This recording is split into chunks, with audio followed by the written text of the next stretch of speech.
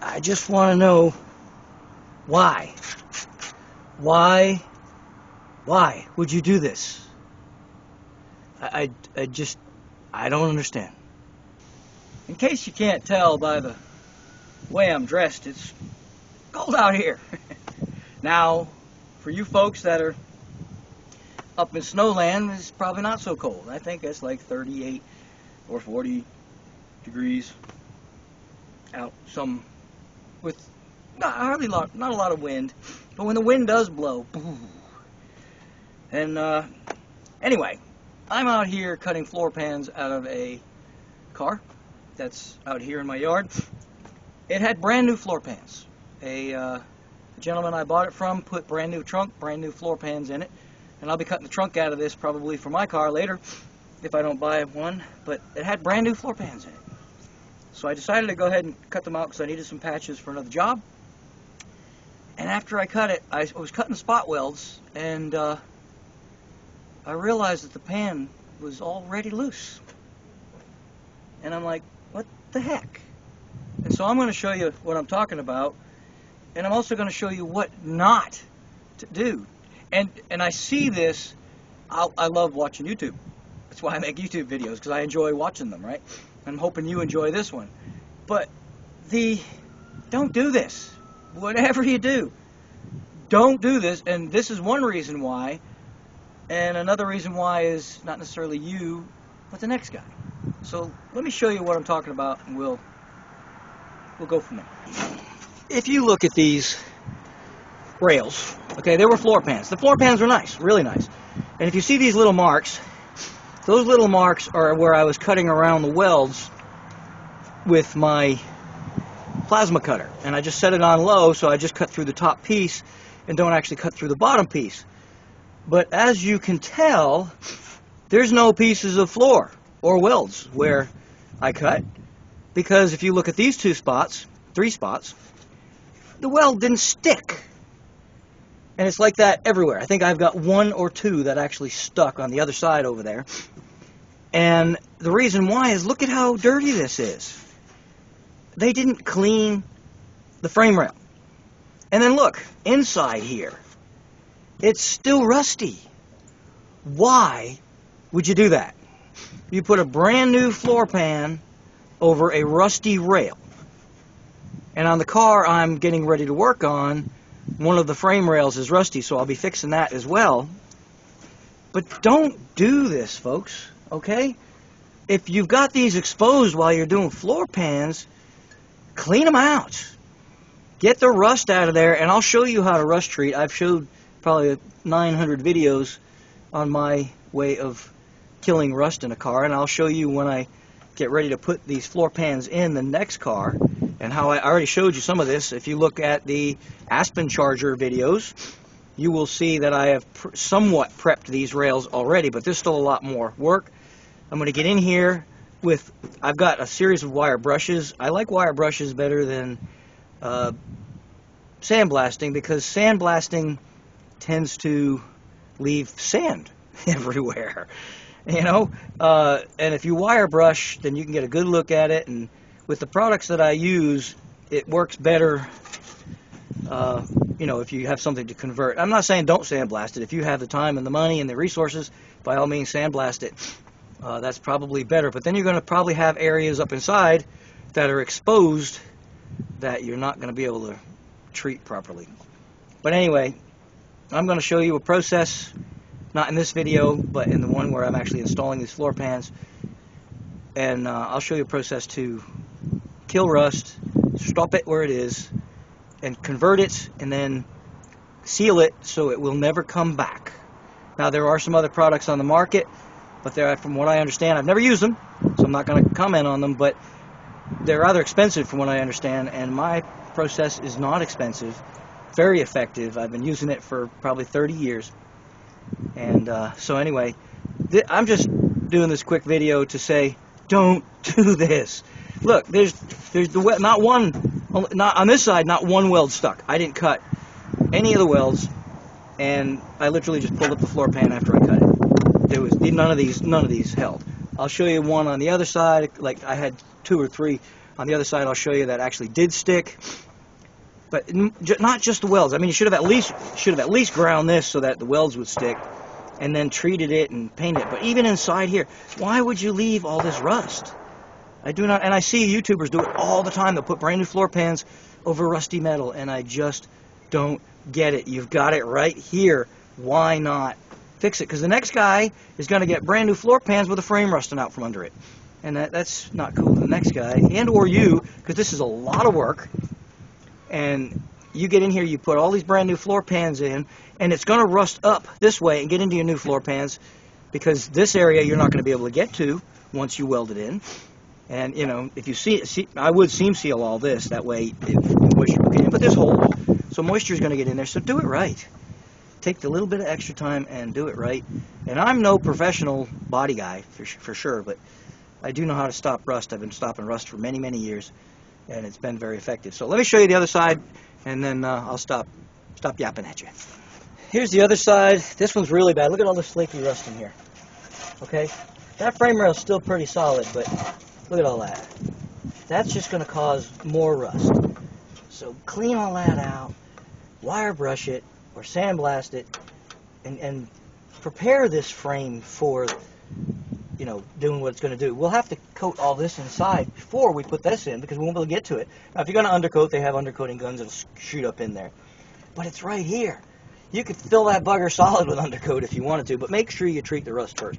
Now, this is what I was talking about. Here's one of the welds, and it's a pretty boogery weld anyway. There's one weld, two welds, two welds.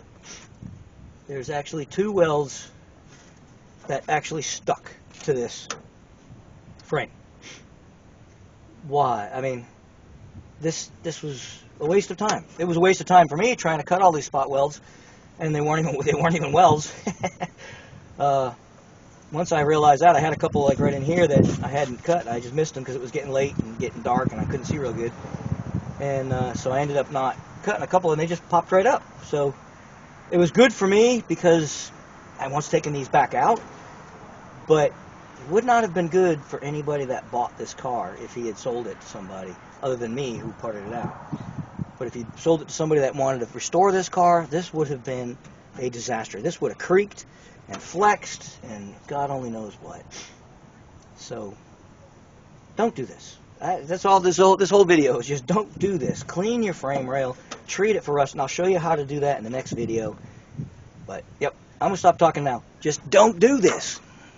You can look at all these booger welds that went nowhere. See them all? That's how many welds that he put in there, and that's how many actually were holding on this particular floor pan.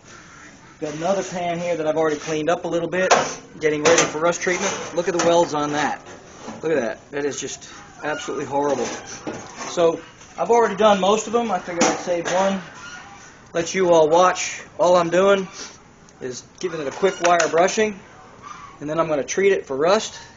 So I'll let you watch for a couple of minutes while I'm wire brushing, but it's not real interesting.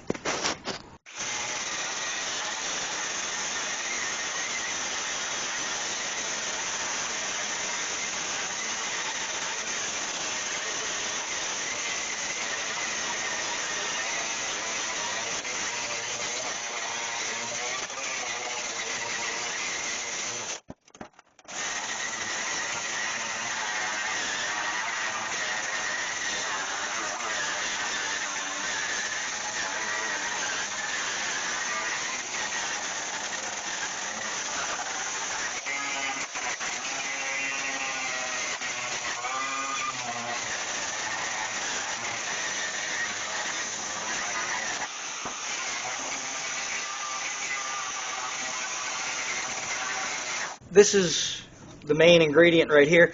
Now I'm going to grind all of these flat, and I've got a lot more work to do to this pan, but I wanted to get them cleaned up so that I can get them rust treated. This is phosphoric acid. It's called Ospo. I'm not promoting this brand. I've just been using this. This is it's pH Ospo-Ric Plus. Okay, I guess it's a proper name. I just call it Ospo. It's basically phosphoric acid. it turns. You've probably watched me do this a million times if you've watched this channel. But I am going to just spray this with it.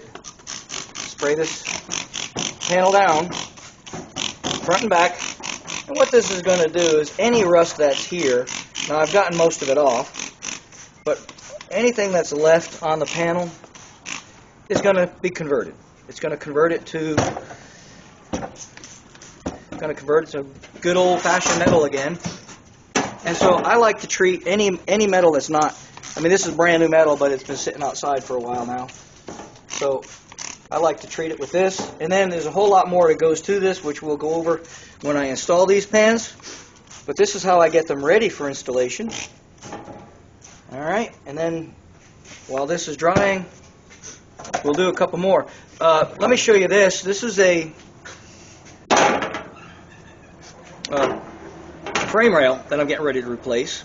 Okay, I cut it out. This one's already been repaired once, which I'm going to just deal with it, I guess, because I don't have another one. But we're going to grind all these welds down and everything. But I did want to go ahead and treat it.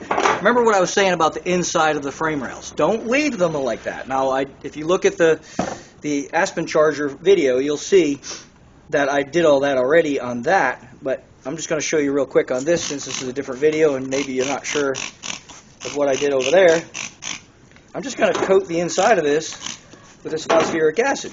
Now, there's a patch. So inside the patch, you can see in here, there's grooves. So what I'm going to do is I'm going to squirt some of this down inside those grooves where I can't get to with anything else. And this is a liquid. It's going to find its way down in there. That's what I like about this stuff. Like navel jelly is kind of the same thing, but navel jelly is a gel, and it's not going to seep into the cracks and crannies like this will. So now we're going to get all of this stuff in here. We're going to hit this entire frame rail, even though there's hardly any rust on the outside, which is great. And I'm going to hit it anyway, just in case there's little spots that I can't see. But you'll see, I'll show you this stuff tomorrow after it's been all... I'm going to set this on end, that way, which you can't see, but I'm going to set it on end over here so that all of that juice is going to run down into the crooks and crannies. Is that proper term, crooks and crannies? Nooks and crannies? I don't know, that's a cereal or something, I don't know. But anyway, I'm just going to finish the rest of these panels that I've already cleaned up, and then I'll show you these panels tomorrow, and then that'll probably be the end of the video. So it'll be tomorrow. It's the next day, and here is that frame rail we were dealing with. If you want to look down in there and all up in there, you can see that it looks much, much better. And now all of that rust has been converted into a hard metal. I mean, I got the floor pans over here too. You can see that. Now there's still some rust coloring in there, but that isn't anything. Once you seal that, that won't be anything. In fact, this stuff's not done curing yet. But you can see the difference it makes in this piece, you know. So that's all I wanted to show you is, now there's more to it. We're going to have to seal this and coat this with a rusty metal primer, which again, like on this piece here, see where it goes in here? Well, I'm probably going to cut this up when I put it on, but you can get the rusty metal primer that we're going to use, and you can actually pour it down in here, and it will do the same as this phosphoric acid did. That's why I like liquids, because they can flow. You could spray it on, and that would be okay too, but I'm actually going to put it on with a brush probably, so that I can make sure I get all the nooks and crannies and fill all these little gaps that you probably wouldn't get in with spraying. I mean, you probably could if you went, got right in there, but just wanted to go this far with this just to show you. I'm going to let this is probably going to cure all week, because I'm probably not going to work on this car till next weekend. But now this is the first step in rust conversion and prevention, because once we are done, so far, to my knowledge anyway, every single car that I've used this process on has never rusted again. Now, I'm not saying that a car that I sold 20 years ago didn't rust. I don't know. But to my knowledge, none of the vehicles I've ever done this process on have ever rusted again. And I've got, I was trying to think of the oldest vehicle I've got. Yeah, my Corvette. Of course, they're fiberglass. But on the frame, I use this process, and it still looks like GNU. I'm going to end the video there. I can show you some more of these plates. Here's one of the plates I did. Looks great, right? I mean, once you seal and paint this, you will never, ever know it ever had any surface rust on it whatsoever. And even on that frame rail where there was some pretty heavy rust, again, back to metal, it turns black, and sometimes it'll have a white powdery residue. You can wipe that residue off with just a wet rag, damp rag. But you want to get any rust that was there converted into a hard, viable metal again, and then we can wire brush it again. You can't, this stuff, once it converts, it's metal. It doesn't wipe off. You know what I mean? It's not a coating. It is an actual converting. It chemically reacts with the metal somehow and turns it back into metal, which is kind of cool. And you grind it, and it'll spark just like metal. Weird, but I don't know how it works. It's a mystery. We should just call it mystery acid instead of phosphoric acid. But anyway, that's the product I use to convert the rust, and then once the rust is converted, we will seal it, and I'll show you how to do that. Now, there's some other videos I have out there where I've done this on my Sonoma. I've done it on some other vehicles. On the Gremlin, I think I did some. I just don't like rust, so I get rid of rust, and I convert rust back into hard metal. You don't have to cut every bit of rust out. If you have some pitting, you can do this process, and if you do it right, it won't ever rust again. So, anyway, I had a little itch there, you know. There you go. I'm going to end the video here. I do appreciate you watching. Please subscribe. Tell your friends. Hit the like button, because that makes me feel all warm and fuzzy, you know. And I know it's weird, but try to watch an ad or two. You know, I know that sucks, but hey, the ads are how we survive out here. So I appreciate y'all watching. See ya.